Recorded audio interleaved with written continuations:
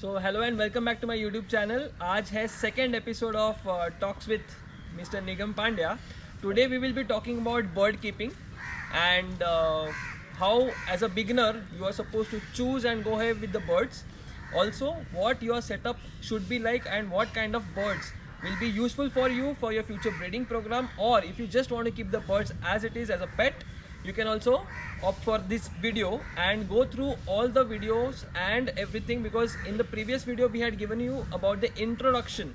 पूरा हिस्ट्री जो एविकल्चर का है वो हमने प्रीवियस वीडियो में डाला था. So starting with the beginners guide, we are going to guide you throughout from the choice of the birds to keeping to breeding and followingly. इसके आगे हम बताएंगे वीडियो में कि हम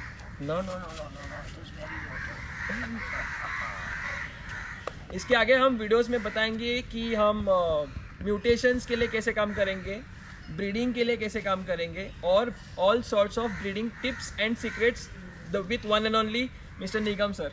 सो sir, welcome back to our channel. Thank you. Starting off with the questions. ठीक है, directly हम क्वेश्चंस पे स्टार्ट करेंगे because you already know him since you are following my YouTube channel and you also saw the previous video. We'll start with the first question. As an amateur bird keeper, what kind of birds are suitable and what sort of birds, like घर के हिसाब से, farm के हिसाब से, what kind of birds are suitable for an amateur bird keeper? Well, okay. Very interesting question. See, generally we start as kids, very young, at the age of probably 14, 15 or at the most 18, when the bug bites. Yeah. So there are quite a number of species you can start with. The most common ones being budgerigars, cockatiels. Nowadays you can even start with canoes. Those are green chick canoes. Green chick canoes. So those are there. And those who want a bit small. See, space is always a problem when you are in a city like especially a city like Bombay. So space is at a premium, and maybe not everybody is interested in birds in your own house. So you have to actually encroach on their territories. Right. So you can start with Bengalese finches, then zebra finches, quite a few. Now even Golians are now very readily available. So these are Golians are a bit tricky for the beginners, but Bengalese, zebra finches, diamond doves, Java sparrows. So basically finches. Yeah, finches. And in parrot if you family, want to go in for parrots, then of course budgies are the most favorite ones. They are international #1 bird as far as pets go. Cockatiels, you have wide variety of mutations to choose from. So that also is a good choice. Then you have, as I said, canoes. So quite a few. I mean, even diamond doves make good beginners. Okay. One wants to go into doves. So as a beginner, these are the birds. They are also cost-wise, they are also affordable. Yes. And as a beginner, they are easy to understand as well. There is no much requirement by the bird, and you can just put them on staple diet of seeds and everything. Mostly these birds are all seed. They are inexpensive birds, easy to cater for. Means आपको अगर चाहिए तो उसका जो food है, it is readily available in a pet shop. Yes. So you don't have to worry about soft food and all that. Of course, it's not that they don't require, but they can go without that, even if it is not there, because right. beginners won't know about soft food and exactly. everything. Yeah. So they can start with that, and as they go along, they learn things. Right. They will come in touch with some senior person. Then they will say, okay, vitamins are required, and this is required, soft food is required. So, but I mean, these are basically around. You have a wide choice, I would say. 7, 8 is not a small number. So coming now, we know what kind of bird that we need to keep as a beginner. So what should be our source? Where should we buy, and where should we go and see the birds from? What do you recommend? See, these are now mostly people opt for pet shops because they don't know there is something called as breeders. And as an amateur, I would just always approach a pet shop owner who is having a variety of birds, basically. Correct. More the number of birds, the more variety, the more popular the pet shop is. So what is your recommendation on this? Yes, of course. I mean, when we started, that was the primary source, and even today, I would say that remains the primary source of sourcing your birds. Uh, of course, in Bombay you have Crawford Market. Then in suburbs you have cluster of shops Right. where you can. I think in Borivali, Askar Road has Dattapada. Dattapada. Yeah. Okay. So it has got 5-7 shops where you can choose bird. It's Right, not right, this and that one and all that thing. So yeah, but what happens is this is very important. What happens is when you start with the bird keeping, you know nothing about it, and you go to a pet shop, and the pet shop owner would want to get rid of the sickest of the bird. Yes, that is the most common practice. So then what happens is the hobby dies. Yeah. Hobby suffers because that person feels guilty. Oh, I am not fit enough to take care of this bird. I know nothing about bird. Even the family members would say, "Arey yaar, kya yaar, marne ke liye idhar leke aaya," and all that sort of a thing. So it is very important that shop. I'm not saying every shopkeeper does this, but many of them do it. But I would say shopkeepers should be quite well informed. They should be able to guide a newcomer what is the requirement of the bird, whether it would suit his budget, all other things like space wise, and whether he will be able to give time to that bird and all that. So a few questions if a shopkeeper asks, it will be good, but generally they are too busy, and they are not manned by owner themselves. Right. Somebody else is working. Yes. So what happens is most of the time the people end up with some injured bird or sick bird or too young a bird who is not still weaned. Right. So that's what happens, I think. So, would you recommend this for a normal pet keeping parent or a breeder?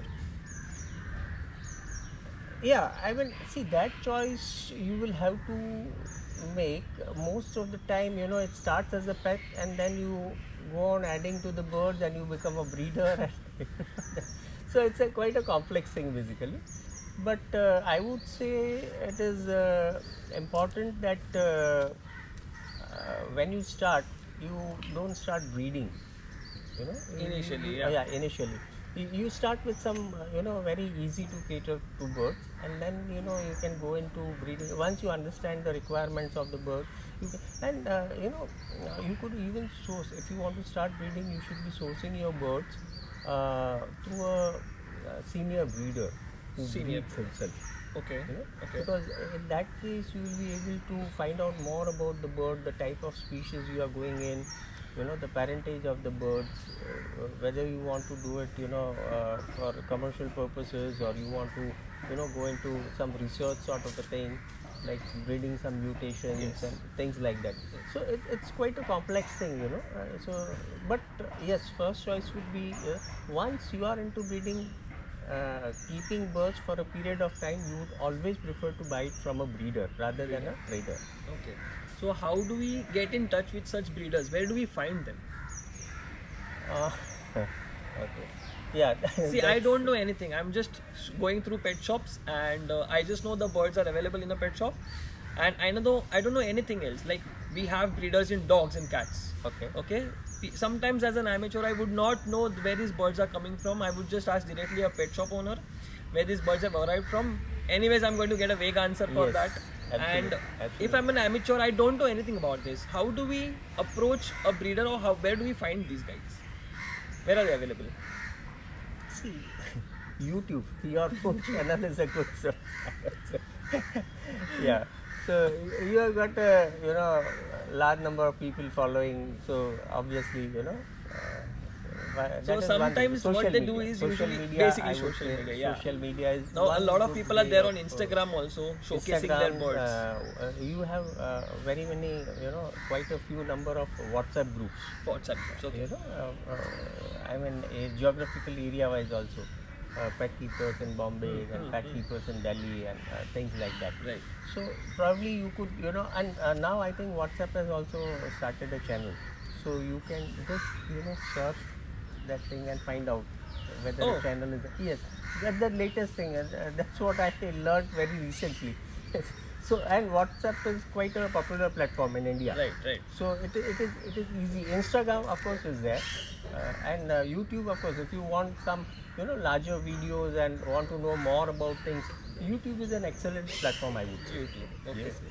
So we have YouTube, we have WhatsApp, we have Facebook, we have Instagram. So if you ever want to get in touch with any of the breeders, you can go through these social media platforms and you can search any of them in multiple countries, also in your particular area as well. Region-wise also. Region-wise See, also once you get into a group, then what happens is eventually you get added to other you groups say as I well. want something in Bombay. Yeah. Then 2 or 3 people will get in Definitely. touch with Yes, you. They yes, will yes. say, okay, I've got this thing to offer.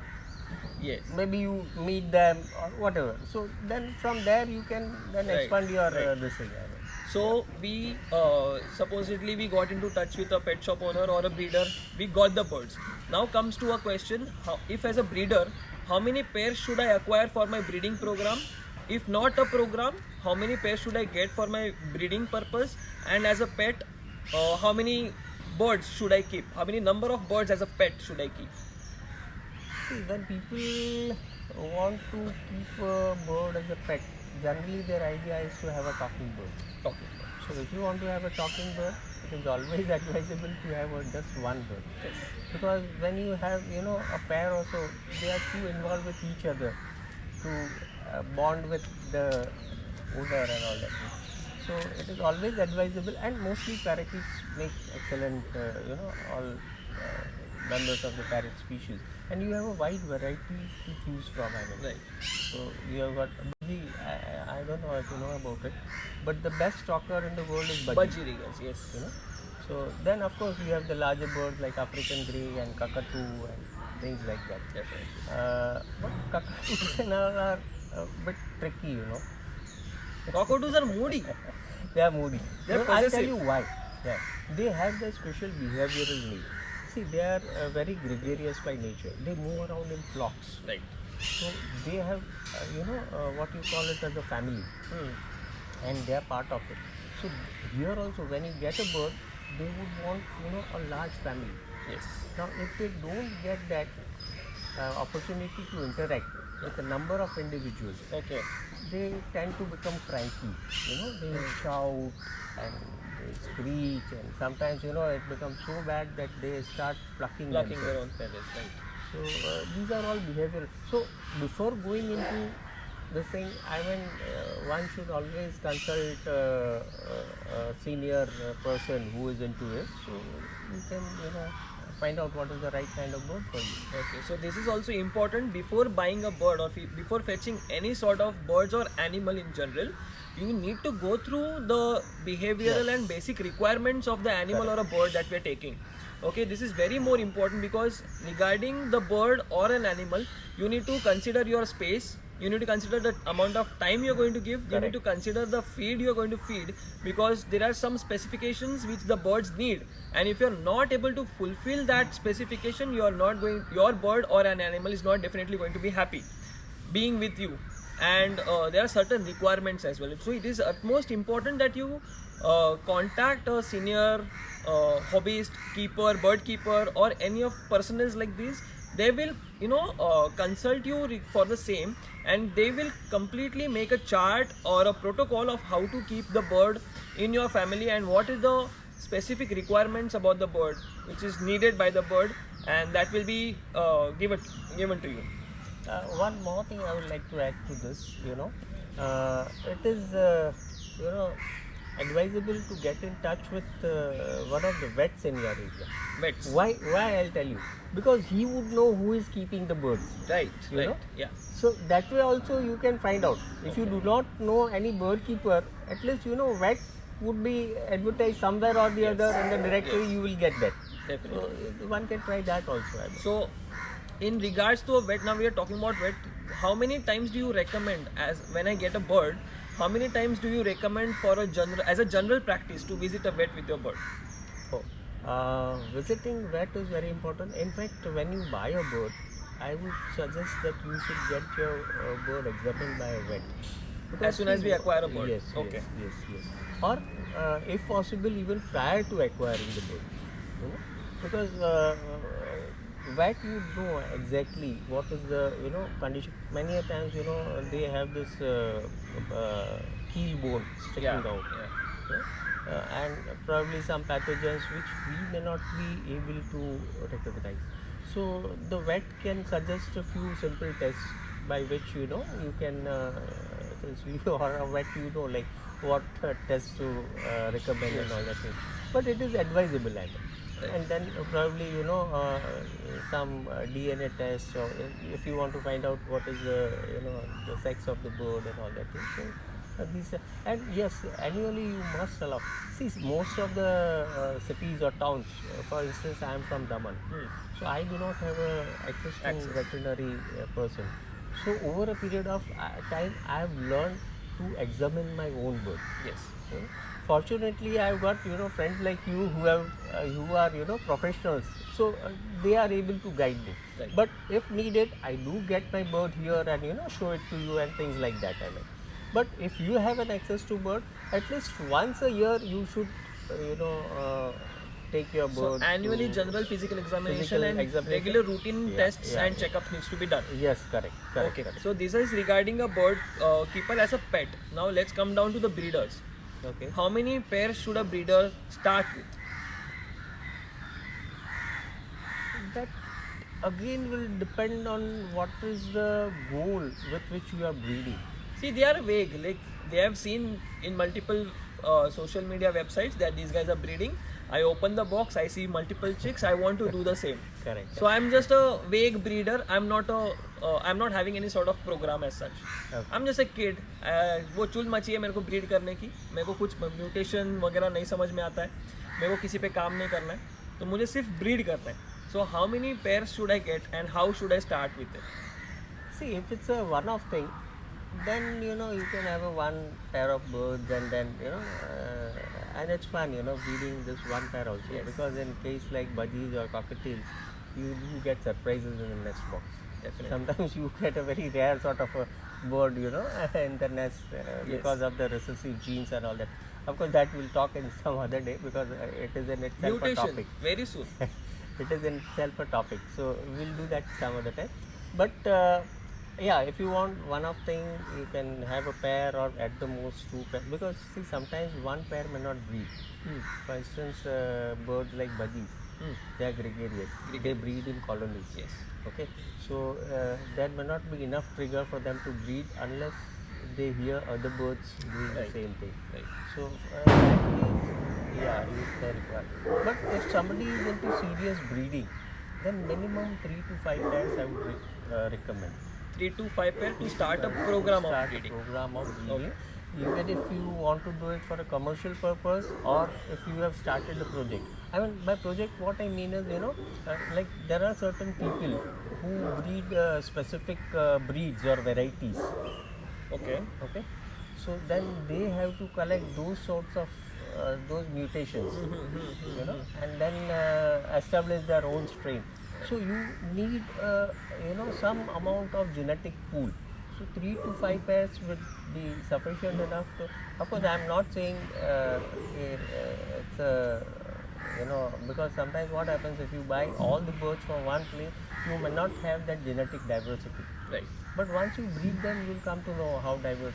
Of course, we don't have that advanced gene mapping thing. We don't have that. So, and it's a very expensive process. Yes. So not everybody can do it. So, but yes, 3 to 5 pairs is good enough. So for 3 to 5 pairs from a same place or 3 to 5 pairs from different areas? I would advise from different places.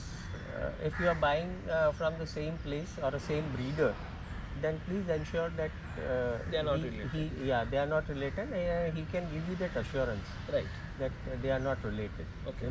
Nowadays, what you have is the birds when they are born, they are rung with close banded thing. Right. So what happens is before their football is formed, you put on the ring, and when the football is formed, the ring won't come out then.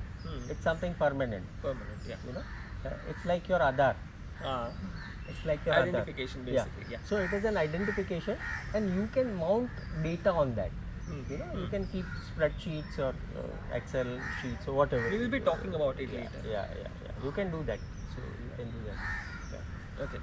So 3 to 5 pairs as a beginner breeder with a program. Yeah, but you should ensure that you have sufficient space for everything. Sufficient space is also important. Whether it is your balcony or whether it is you have a In city, bird room yes. or whatever. In city, space is more important. Time is more important. If you have 3 to 5 pairs, you need that much amount of time to clean, feed, and monitor. Yes. And yes, space. Monitoring keep that is many very cages. important. Everybody, every bird keeper should spend minimum an hour with the birds. Minimum, Yes. I'm saying. Just to know If their you can, behavior. Yeah. Yes. And if you can, 20 minutes in the morning, 20 minutes in the afternoon, 20-30 minutes in the evening, that will be good, because Yes. you know at different time how your birds are behaving. Right. What are the requirements and all that thing. Yeah. So we will talk about the behavior during breeding. What sort of behavioral changes they go through and what sort of behavior they show towards other birds will be in breeding. I will come up with the breeding program very soon. Coming down to now final aspect of this beginner's guide. Suppose I am as a breeder having many chicks, okay, and I want to cull some. Cull as in not kill, cull as in give away or sell out. Correct. How do we go ahead with that? Yeah, most of the people, when you use the word cull, they think that we kill the birds. Kill the birds. It's not that. See, we are bird lover. We never ever do that. We never ever do that. Okay. So of course, when you start breeding, initially you have enough number of people whom you know who want some birds. So you can start distributing that. Right. And if you are a wise man, you will stop breeding for the next season. Definitely. Because now you cannot have more than these many birds. Okay. But of course, if you continue to breed and you have access, then you need to dispose of. I don't know, most of the WhatsApp group that I am in, they all say that we are here for knowledge sharing and things like that. And all you see is throughout the day is bred by me. They don't say that I want to sell it. And the group also restricts them Restricts them, yes. from selling. I said, "Arey baba, tum kyun isko restrict kar raha hai? See, you want to sell that bird, right? Definitely. So have some standard where you don't have those financial things involved and all that thing. But do let people that these birds are available with Yes, you. yes. So the other people in that area benefits out of it. Yeah, they get benefit of it. So that is one thing, one way of doing it. And most of the time what happens is, people think that bird breeding is very easy and all that thing. So like for instance, some years back people started breeding those canoes. Green cheek.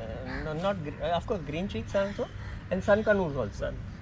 So at that time the price was 35,000, 40,000 a pair. Now everybody is breeding sun canoe. The prices have crashed because there is an oversupply. Yes. There is an oversupply. There is no demand, I mean. And so what happens is then they dispose it off at any price to the bird market. Yes. And that's where the birds suffer, because bird market, what happens is they are exposed to so many pathogens. Birds come from different areas. The cleanliness standards, hygienic standards are not that high as one would expect. So it's advisable to stop breeding rather than to overbreed anything. That is also a myth. If my bird stops breeding once, or if I remove the box, they will stop breeding forever. No. That's a myth. That is a myth. You prepare the bird to breed. Correct. You stimulate the bird to breed. Correct. Again, in breeding wala episode, not here. Correct. Then, finally, we have to cull the birds. As in, if you have a breeding program, you select some birds for your future progenies. Yes. Then whichever is required, you keep them with you. Whichever is not required, if they are splits, not splits or visual, you have I think to you will have to part with majority of the birds. Majority of the birds you will have to part with. Yes. Because you have limited resources, number of cages, or the time to look after so many birds. So maybe out of 10 or 12 birds which you breed, you may retain only 2 or 3. So 20-30% of the birds at the most. So this is in short about bird keeping, how to choose your birds, how to keep them, where to keep them, and how to acquire them. Okay, this was a very small episode about bird keeping and acquiring birds. Later on, we will be coming up with setting up the cages, their diet, and the husbandry, which is our very next episode. And stick around, we will come back with another episode next week, and also consecutive weeks will have one episode each per week, so do not miss out on that, because those weeks are going to be very informative, very it will be full of mutations of different birds. We will be taking specific bird and their mutations, then going on with the species. We will come down to most commonest birds which are kept by Indian aviculture. Moving on to slowly थोड़ा सा हम लोग big and medium size birds भी include करेंगे, but we won't talk as much because not all are that much interested. मेरे जितने भी followers हैं they are from budgies to cockatiels to kanurs, so we will be restricting most of our talks in these birds only, but in between we will be giving out most of the information about medium and large size birds also. So sir, regarding people can ask, in the comment section they can ask the questions, you have and we'll be most happy to answer them. We'll be most happy. Macaws are very common as pets. We will be giving a special episode just for macaws, from pets to breeders. So we will be talking about macaws, African greys and cockatoos then. Okay. See you. Bye-bye. Thank you so much.